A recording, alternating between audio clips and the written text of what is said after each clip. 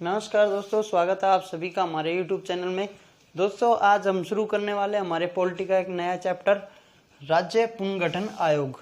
इस टॉपिक के अंदर क्या है, जैसे स्टेट रीऑर्गेनाइजेशन कमीशन है, राज्य पुनर्गठन आयोग। इसमें क्या हुआ कि हमारे जो स्वतंत्रता सेनानी थे, जो हमारे देश के अंदर जो हमारे देश की प्रशासनिक चीज़ों के बारे में सोचते थे, हमारे देश की आज़ादी के बारे में, हमारे देश की एकता व अखंडता के बारे में सोचते थे, वो हैं लोग शुरू से हमारे देश की सीमा का निर्धारण व इसका राज्यों को पुनर्गठन के बारे में सोचते थे।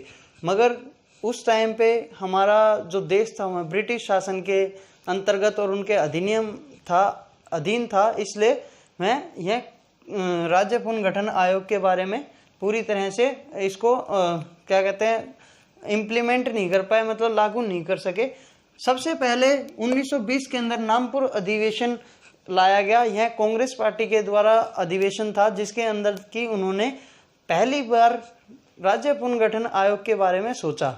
इसके बाद 1948 में 47 के अंदर फिर दोबारा से एक श्याम कृष्ण के द्वारा धर आयोग की गठन हुआ। धर आयोग के अंदर क्या था कि इस पे जो भाषा आधार पे जो राज्यों का गठन था उसका विरोध किया और प्रशासनिक सुविधा और प्रशासनिक तरीके से राज्यों का गठन करने की मांग रखी। इसके बाद धर आयोग क्या हुआ, धर आयोग को पूर्ण तरह से खत्म कर दिया गया। धर आयोग की सिफारिशें नामंजूर कर दी गई और इसके बाद एक अलग से आयोग बनाया गया जिसका नाम था जेवीपी आयोग। जेवीपी आयोग 1948 में आया। इसके अंदर क्या हुआ, जेवीपी आयोग में के अंदर यह भी कांग्रेस का एक आयोग था, कांग्रेस पार्टी के द्वारा बनाया गया एक आयोग था, जो कि जिसमें 3 सदस्य थे। और यह 3 सदस्य कौन थे? पहला जे से जवाहरलाल नेहरू, बी से हमारे सरदार वल्लभ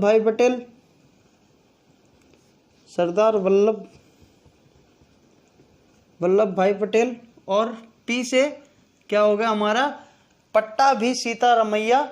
ये 3 व्यक्ति थे इसमें, पट्टाभी सीतारमैया, ये 3 व्यक्ति थे। इस आयोग में क्या था, आपसी सहमति, आर्थिक और प्रशासनिक व्यवहार्यता के जोर पर भाषाएं आधार के राज्यों का गठन करना की मांग रखी इन्होंने। तो कुछ टाइम बाद इस आयोग की जो सिफारिशें थी वह भी क्या हुआ, कमजोर होती दिखाई दी और इन्होंने भी लास्ट में कह रहे कि कुछ दिनों बाद करेंगे, अभी हमारे देश की जो अखंडता है, एकता है, यूनिटी है, उसको बनाए रखना है। तो सबसे पहले जो हमारे हमारे राज्य थे वो हमारे 4 कैटेगरीज में डिवाइड किए गए थे और जितनी हमारे उस टाइम पे जो हमारे भारत के अंदर जितनी भी क्या बोल सकते हैं हम प्रिंसली स्टेट्स थे या फिर अलग अलग जो प्रांत बांटे गए थे, वो 4 कैटेगरी में बांटे गए थे। उन 4 कैटेगरी को हम किस तरह से डिवाइड कर सकते हैं? सबसे पहले हमारे 1935 अधिनियम के तहत जो भारतीय संविधान 1935 अधिनियम के अंतर्गत जो हमारे प्रांत आते हैं, भारतीय प्रांत, वो थे। दूसरी हमारे बी के अंदर हमारे आते हैं बड़ी देशी रियासतें, जैसे कि जम्मू एंड कश्मीर, हैदराबाद और मैसूर। यह सभी बड़ी रियासतों के अंदर हमारे थे, बड़ी प्रिंसली स्टेट थी। और इसके बाद थे हमारे जो छोटी रियासतें, वह सी कैटेगरी के अंदर आती थी, जिनके अंदर हमारे कमिश्नरेट होया करते थे, ब्रिटिश शासनकाल के कमिश्नर्स होया करते थे। और जो डी कैटेगरी है उसके अंदर क्या थे, हमारे कुछ ऐसे क्षेत्र से थे जैसे कि अंडमान एंड निकोबार, जिनको हमने बाहर से अधिकृत और अधीन किया। तो यह कुछ कैटेगरीज थी हमारे क ख ऐसे करके ABCD करके, यह 4 कैटेगरीज थी। इस तरह से हमारे प्रांत डिस्ट्रीब्यूट थे हमारे। तो सबसे पहले क्या हुआ कि जब सरदार वल्लभ भाई पटेल ने यह कहा कि हमारे जो संगठित एक यूनिटी एक संगठित भारत बनाएंगे और उसके अंदर इन सबको हम क्या करेंगे, सम्मर्ज करेंगे, इन सबको मर्ज करके एक अखंड भारत बनाएंगे और उस अखंड भारत के अलग अलग राज्य में प्रांत हम बनाएंगे सीमाओं का निर्धारण करके।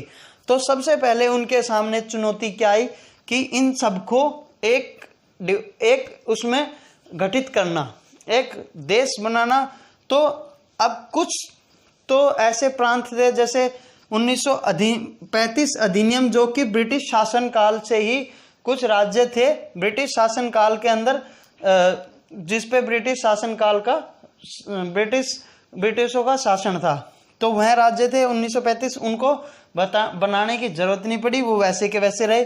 अब मुश्किल आई हमारी बड़ी रियासत और रियासतों के, इसमें थोड़ी दिक्कत आई उनको। इसमें क्या हुआ, कुछ तो पुलिस कार्रवाई से करी गई, कुछ संधियों से, कुछ समझौतों से अब सबको एक गठन किया गया। और इसी यूनिटी और संगठित जो किया था पूरे एक देश को एक मात्र भारत बनाने के लिए, इसी की वजह से सरदार वल्लभ भाई पटेल को किस नाम से जाना जाता है, आयरन मैन ऑफ इंडिया के नाम से उन्हें जाना भी जाता है। और उन्होंने क्या किया, जो बड़ी रियासतें थी जैसे कि जम्मू एंड कश्मीर की रियासत को भारत में मिलाने के लिए उन्होंने संधि की, और बाकी अलग अलग हैदराबाद, मैसूर, इन सब संधियों को क्या करा, इनको पुलिस कार्रवाई से मिलाया गया।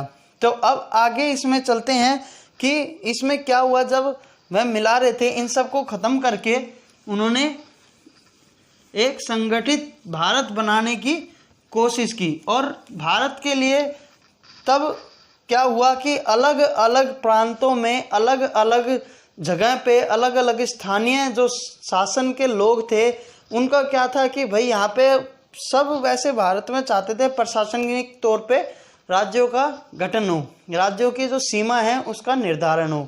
मगर क्या हुआ कि जो स्थानीय लोग थे वो यह सोचते थे कि जो हम भाषा आसानी से समझ सकते हैं, जो हम भाषा बोलते हैं, या जो हमारी वेशभूषा कल्चर है, जिस भाषा के अंदर हम शुरू से सब कुछ करते आ रहे हैं, उसी भाषा के आधार पे अगर हमारे राज्यों का गठन किया जाए तो वह सबसे बेहतर है। सरकार भी कुछ ऐसा ही समझती थी कि प्रशासनिक तौर पे हो और भाषा के आधार पे हो।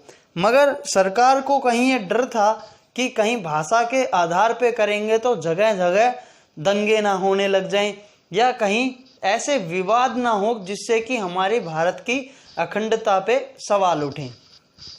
अब हुआ क्या कि 1952 में क्या हुआ, जो कांग्रेस के क्रांतिकारी, या कांग्रेस के हम कह सकते हैं एक दिग्गज नेता थे पोट्टी श्री रामल्लू। इन्होंने क्या किया, इन्होंने तेलुगु भाषाई क्षेत्र की मांग रखी। अब ये क्या था, ये तेलुगु भाषाई क्षेत्र जो दक्षिणी हमारा भारत है, दक्षिण भारत को में पहले एक मद्रास प्रांत था। मद्रास प्रांत के अंदर जो तेलुगु भाषा के लोग थे उनके लिए क्या क्या उन्होंने तेलुगु भाषाई क्षेत्र की मांग रखी। और उनका कहना था कि आंध्र प्रदेश एक हमारा राज्य, एक नया राज्य बनाया जाए आंध्र प्रदेश। तो पोट्टी श्री रामल्लू अक्टूबर 1952 में क्या हुआ, वह आमरण अनशन पर बैठ गए इस बात को लेकर कि हमारा एक तेलुगु भाषाई क्षेत्र आंध्र प्रदेश हमारा राज्य बनाया जाए मद्रास में से तोड़कर। मद्रास जो प्रांत था इसके अंदर आंध्र प्रदेश, केरल, तमिलनाडु और कर्नाटक, यह सभी राज्य मद्रास प्रांत में शामिल थे उस वक्त दक्षिणी भारत के अंदर। और यह मांग जो थी इनकी यह इस तरह से बढ़ी कि इनका 56 दिन का आमरण अनशन हुआ। और 56 दिन तक जैसे जैसे ये मांग बढ़ती गई, इन लोगों की वहाँ विद्रोह मतलब सब लोग इनके साथ शामिल होते गए। और यह 56 दिन बाद क्या हुआ, पोटी श्री राम मल्लू की मृत्यु हो गई। और मृत्यु होने के बाद जो दक्षिणी भारत था वहाँ एक तरह से पूरा भूचाल सा आ गया, पूरा विद्रोह का एक रूप ले लिया। वहाँ सब कुछ तहस नहस करने लगे लोग। और उनका एक बहुत ही बड़ा इस जो यह क्रांति थी, इन्होंने एक जो राज्य की मांग थी इसने एक ऐसा रूप ले लिया कि सरकार के लिए बहुत ही बड़ी दिक्कत और बहुत बड़ा उनको डर लगने लगा कि अब कहीं हमारे देश की जो अखंडता है वो कहीं खराब ना हो जाए, मिट ना जाए, और दक्षिणी भारत के अंदर कहीं बड़े दंगे ना होने लग जाए। तो उन्होंने क्या किया, उन्होंने 1953 में पहला राज्य भाषाई आधार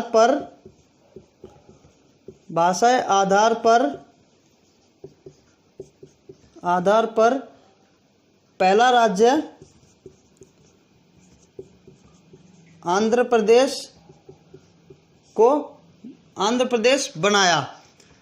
अब जब 1953 में आंध्र प्रदेश राज्य पहला ऐसा राज्य बना जो कि भाषाई आधार पे बना, तो इसके बाद क्या हुआ, जगह जगह पूरे भारत में अलग अलग प्रांतों में अलग अलग भाषा के लोगों की यह मांग उठने लगी।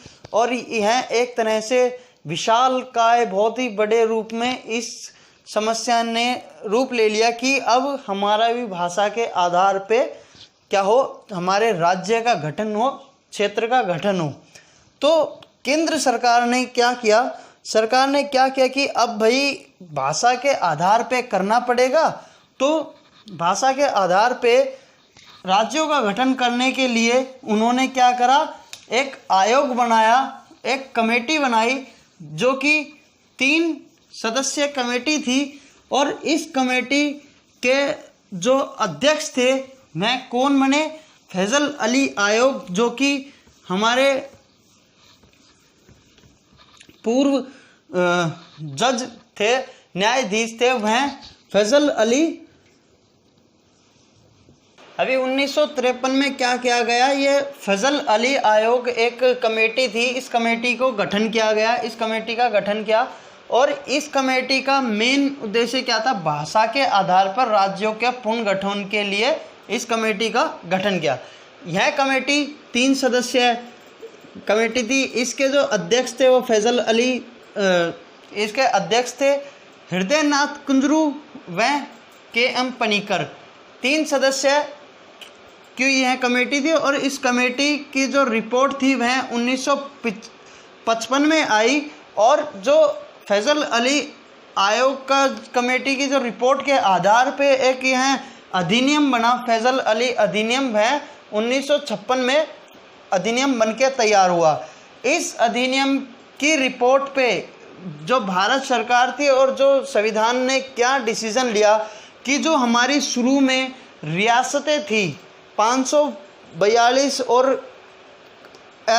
ABCD क ख ग जो हमारी डिवाइड करी गई थी सभी रियासतें, वह सभी जितने भी अलग अलग स्टेट्स थे उनके ऊपर क्या करा गया संविधान ने और सरकार ने इस अधिनियम की रिपोर्ट पे क्या किया कि यह जो कैटेगरीज के स्टेट थे इनमें क्या किया कि जो ग था मतलब सी जो हमारी कैटेगरी थी उसको ख़त्म कर दिया।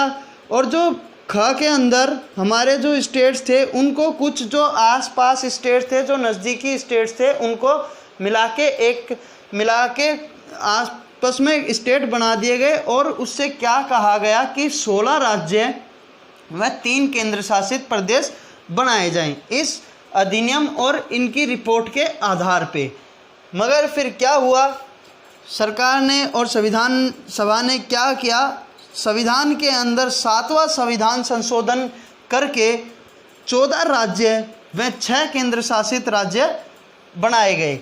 और यह 14 राज्य में 6 केंद्र शासित प्रदेश हमारे 1 नवंबर 1956 को सभी 14 राज्यों में 6 केंद्र शासित प्रदेशों का गठन किया गया 1 नवंबर 1956 को।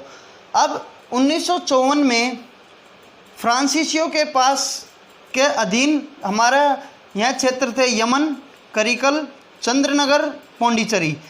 इन सभी को क्या करा गया, फ्रांसीसियों ने अपना अधिकार क्षेत्र छोड़ते हुए और वहाँ से इनको फ्रांसीसियों का अधिकार ख़त्म करते हुए पौंडीचेरी एक संघ राज्य क्षेत्र बनाया गया। इन चारों क्षेत्र को यमन, करिकल, चंद्रनगर और पौंडीचेरी को मिला के पौंडीचेरी संघ क्षेत्र राज्य क्षेत्र बनाया गया।